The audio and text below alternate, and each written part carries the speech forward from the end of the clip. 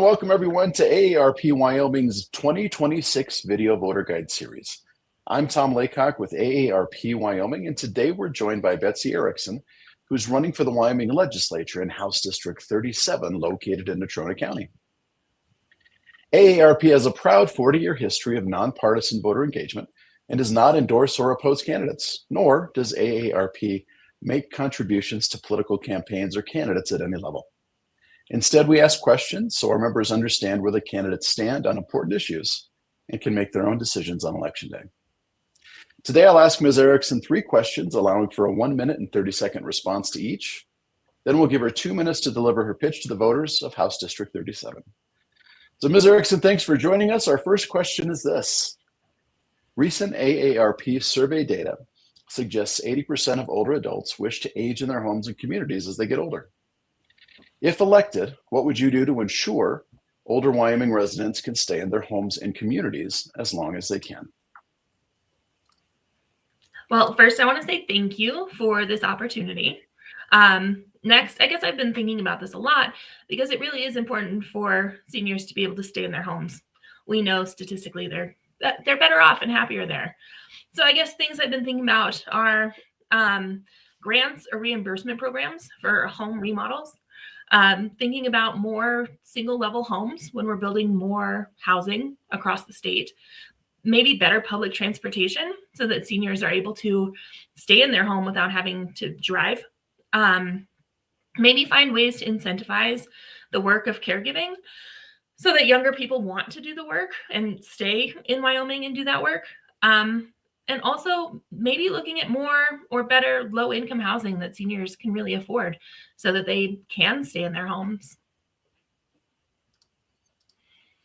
Thank you. Our second question for today. AARP's 2023 Vital Voices survey and our 2025 member survey shows that our members are seeking candidates who will protect them from fraud and scams. In recent years, we have seen scammers evolve to using crypto ATMs and deed fraud to separate Wyomingites from their cash. How would you work to protect older adults from fraud and scams? Well, first, so I guess I'm thinking, I know seniors who have been affected by this. I had a grandmother who was affected by this. And so I guess it really is a problem and it really has evolved over time. I guess the first step would be to continue gaining information about what is happening and how it's happening so that we can maybe find a way to maybe stay ahead of the scammers and figure out how to combat it from inside. I guess the other thing I'm thinking is that we have to have some kind of regulations on these machines, like the crypto machines or the ATMs themselves, and maybe some kind of regulations for the companies that install the machines might be useful. I think it makes sense to set limits about how much money can go in or be taken out at any given time. And I think it might be helpful to find ways to make legal assistance more accessible to people who have been victims of scams, because I wonder if that's one of the big problems is maybe people are too embarrassed to reach out for help.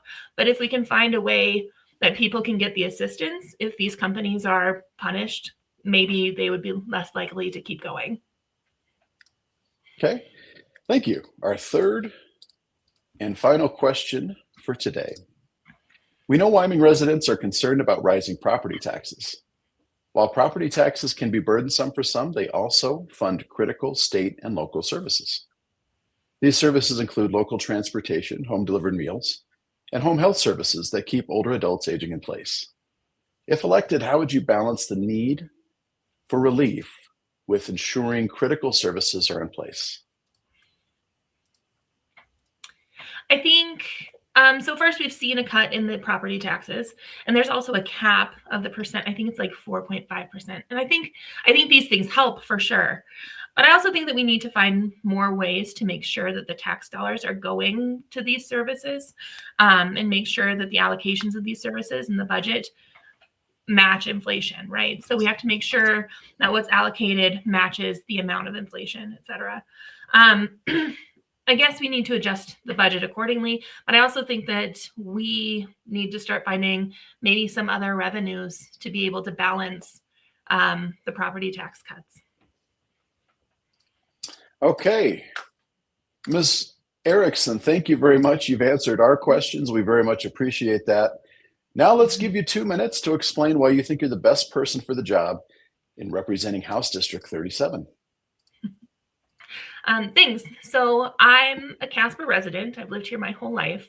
I'm a University of Wyoming alumna, and I'm running because I want Wyoming to continue to be a place where people can grow and live and thrive. And yeah, I'm hopeful that we can make this a better place.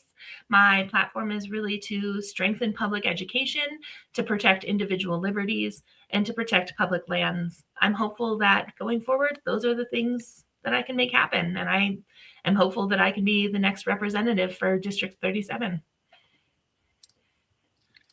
Well, thank you, Ms. Erickson, for your time today, and thank you to our viewers for joining us in this video Thank voter you guide. so much, Tom.